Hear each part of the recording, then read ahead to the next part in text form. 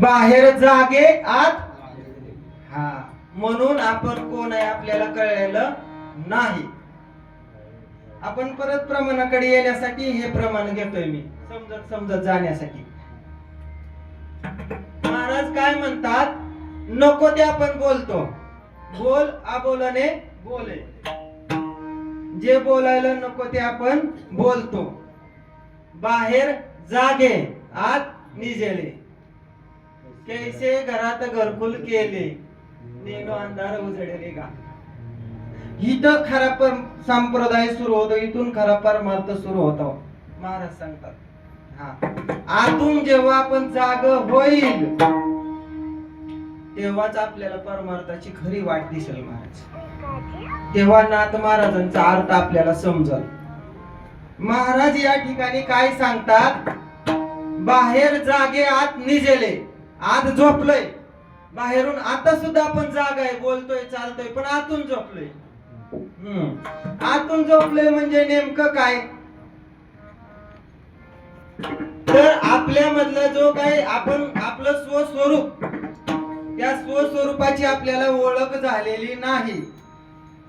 ज्या क्षणी ती ओळख होईल, कधी होईल ओळख, देवाची द्वारी हा देवाच्या दारात उभं राहायचंय, तेव्हा तो साक्षात्कार होईल आपल्याला. हा संतांचा आहे, मी नाही बदलतो सांगत महाराज. तुकाराम महाराज सुद्धा म्हणतात बघा, वारकरी संप्रदायामध्ये भजन असू द्या, हरिपाठ असू द्या, काकडा असू द्या, कीर्तन असू द्या, रूपासाठी मंगल चरणामध्ये पहिला अभंग घेतला जातो. त्याच्यामध्ये काय वर्णन आलेलं आहे, ताली वाजवा.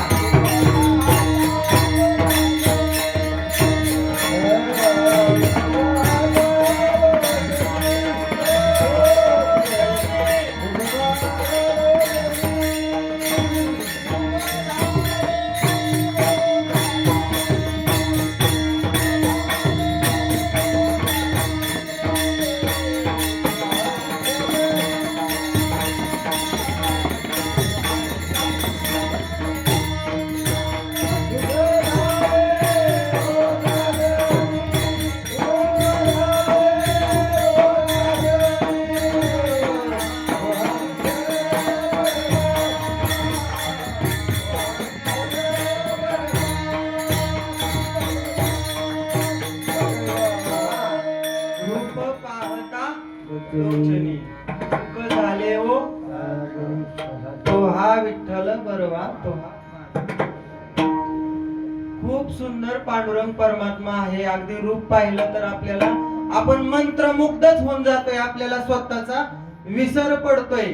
म्हणून महाराज सुरुवातीच्या अभंगामध्ये सुंदर ते ध्यान, इथून खरी सुरुवात आहे महाराज.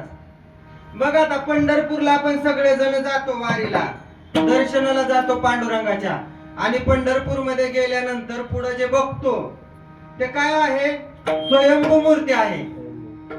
कुंडलिकासाठी आले